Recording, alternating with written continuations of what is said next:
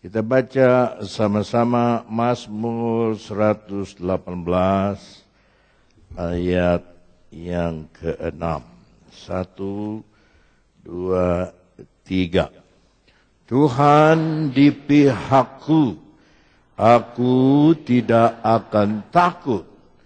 Apakah yang dapat dilakukan manusia terhadap aku? Ya, ulangi sekali lagi, 2, 3.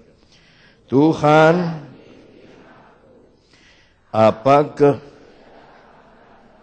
apakah yang dapat dilakukan manusia terhadap aku? Berarti ini ada musuh yang berlawanan dengan kita. Dan nampaknya Tuhan berpihak kepada kita. Amin. Kalau Tuhan berpihak kepada kita, baru kita alami yang kedua, aku tidak akan takut. Selama saudara merasa takut, itu tanda yang sangat jelas bahwa Tuhan tidak berpihak kepada saudara.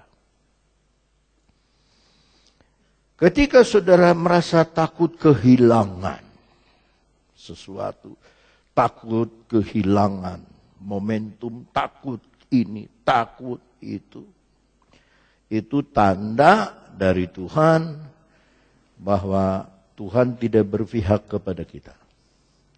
Kenapa? Karena ketika Tuhan berpihak kepada kita,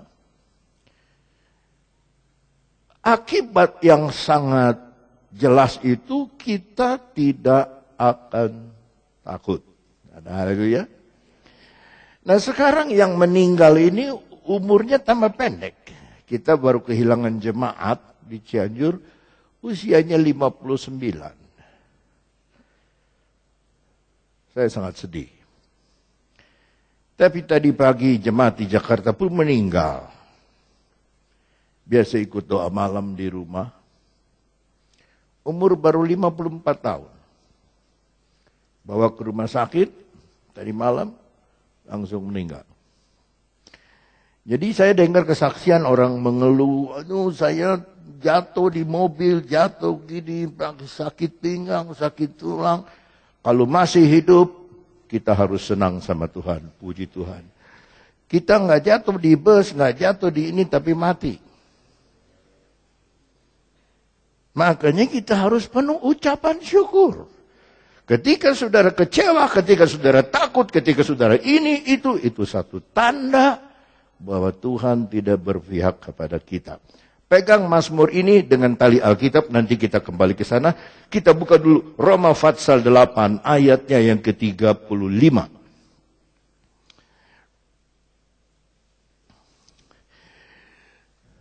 30.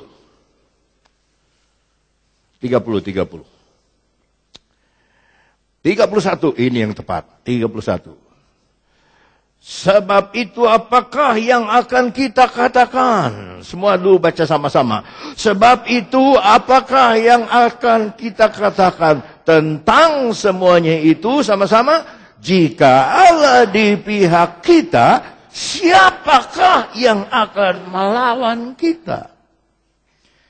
Semua yang percaya kepada Tuhan harus tersenyum dan berkata minimal 2 orang kepada kiri kanan, Tuhan berpihak kepada kita.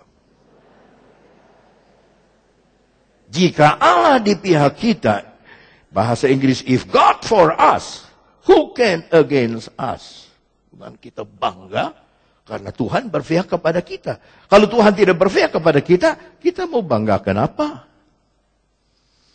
Jadi yang penting dalam kasus ini, Tuhan.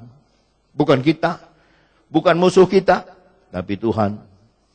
Nah, kembali lagi kepada Mazmur 118, dan kita akan melihat apa yang dikatakan lebih jauh di sana.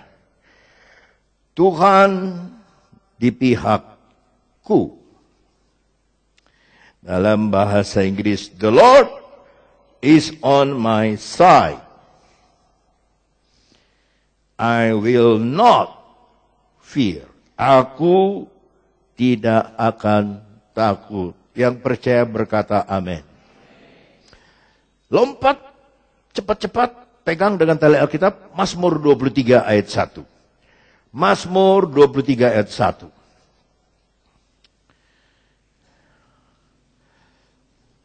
Itu mah Maleakhi 2, Mazmur 23. Nah, ini kayaknya mabok nih. Nahum itu mah maboknya udah kelewatan. Mazmur 23. Sekali lagi salah ini. Nah, tuh ngaco lagi. Ayat 1. Untung saya ini penuh pengampunan. Mazmur Daud sama-sama.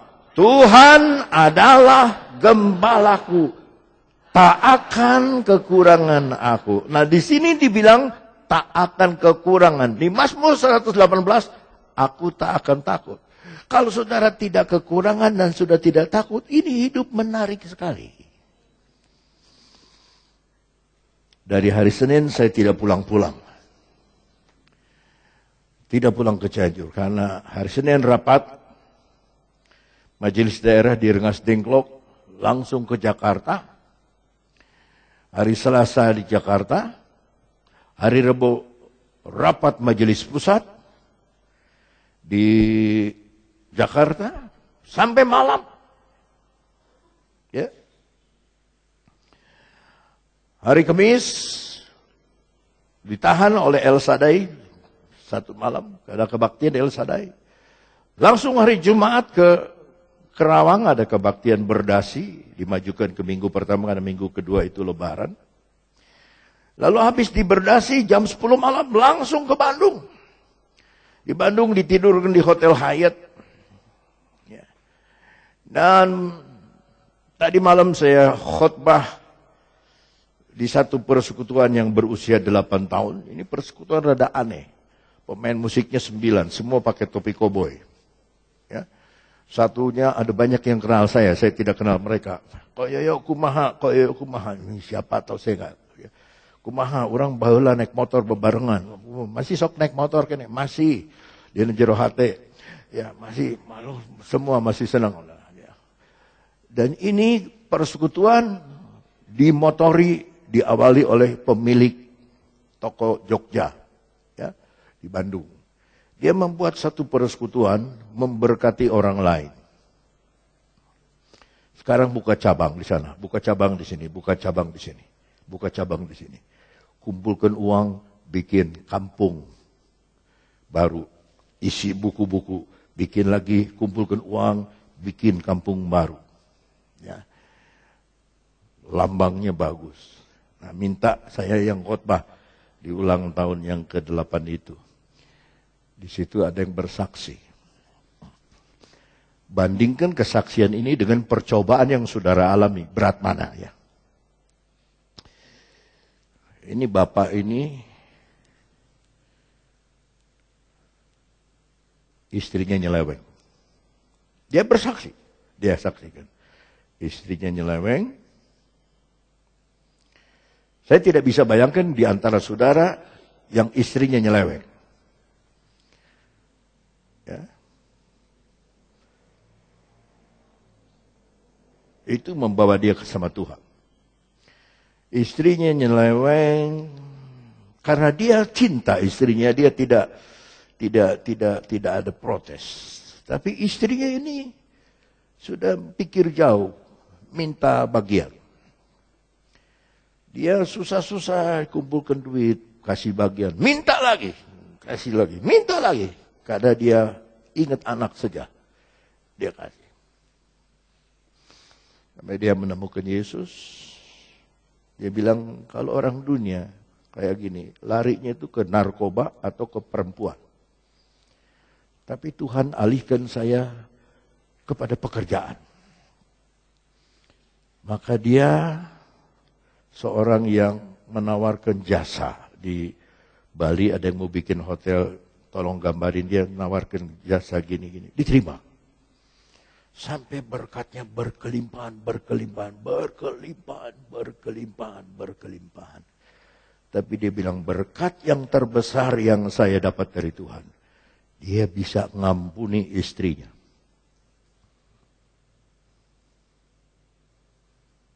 Istrinya nggak kembali, istrinya lari sama lelaki lain. Ganjen.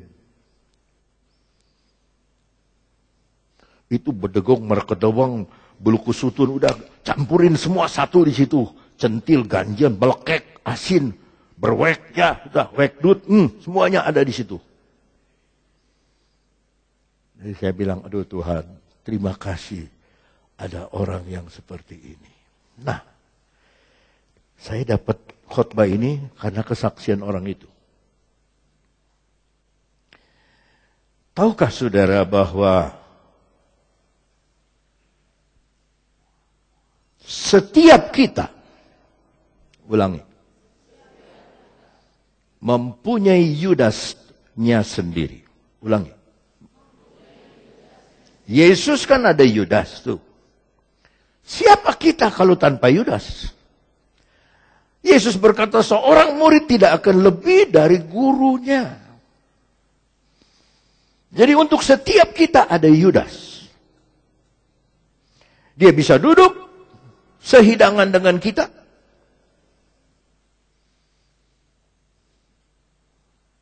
Mari kita kembali lagi kepada Mazmur 23. Ayo, buka dulu. Saudara yang catat saja, lalu lihat ke depan ayatnya. Mazmur 23.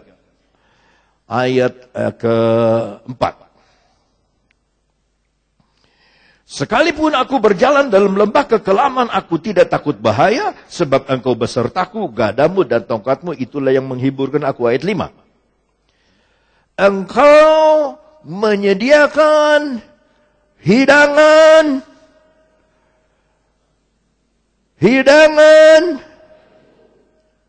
Siapaku di situ? Kita semua, amin. Di hadapan lawanku. Jadi lawan juga tidak jauh dari hidangan. Engkau menyediakan hidangan bagiku di hadapan lawanku. Dengan keterbatasan saya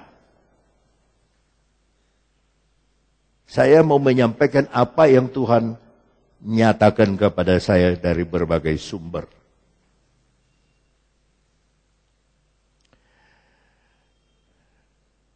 Tuhan membiarkan dalam hidup kita orang-orang yang menjengkelkan kita.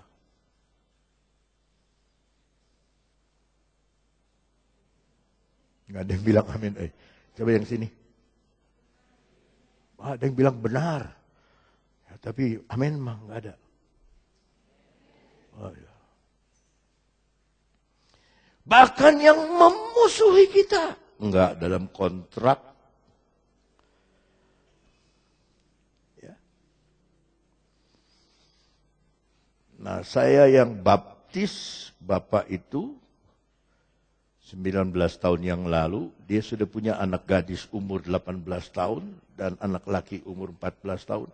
Dia yang membuat kompleks rumah itu selesai dan dia minta didoakan di daerah Dago mau bangun satu bangunan apartemen 1.800 kamar.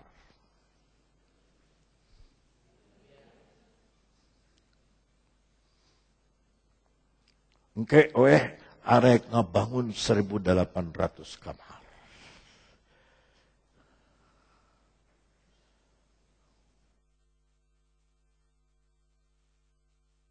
Waduh, bagus sekali, lihat bangunannya, bagus sekali. Coba diajak saya ke tempatnya, diminta didoakan tanahnya. Karena mau mulai, sebelum mulai didoakan. Lalu saya bayangkan ini. Dalam kontrak yang begini besar, dalam rencana yang begini, anggun agung 1.800 kamar. Aduh.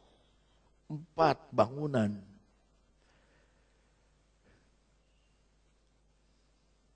Pasti ada Yudasnya.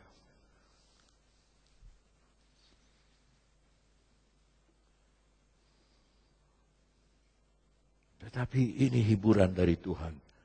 engkau mengurapi kepalaku dengan minyak. Haleluya saudara. Daripada kepala pusing, Tuhan ceceh dulu. Kasih minyak. Kasih minyak.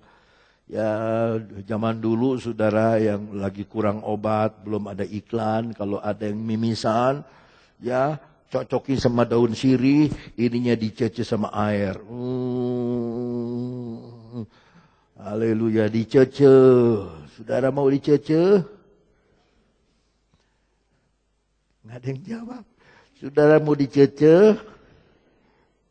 Mau diceceh? Daun sereh. Kalau Tuhan yang mengurapi kepala kita dengan minyak, pialaku penuh melimpah. Ada lawan. Dan lawan itu juga Tuhan yang ciptakan.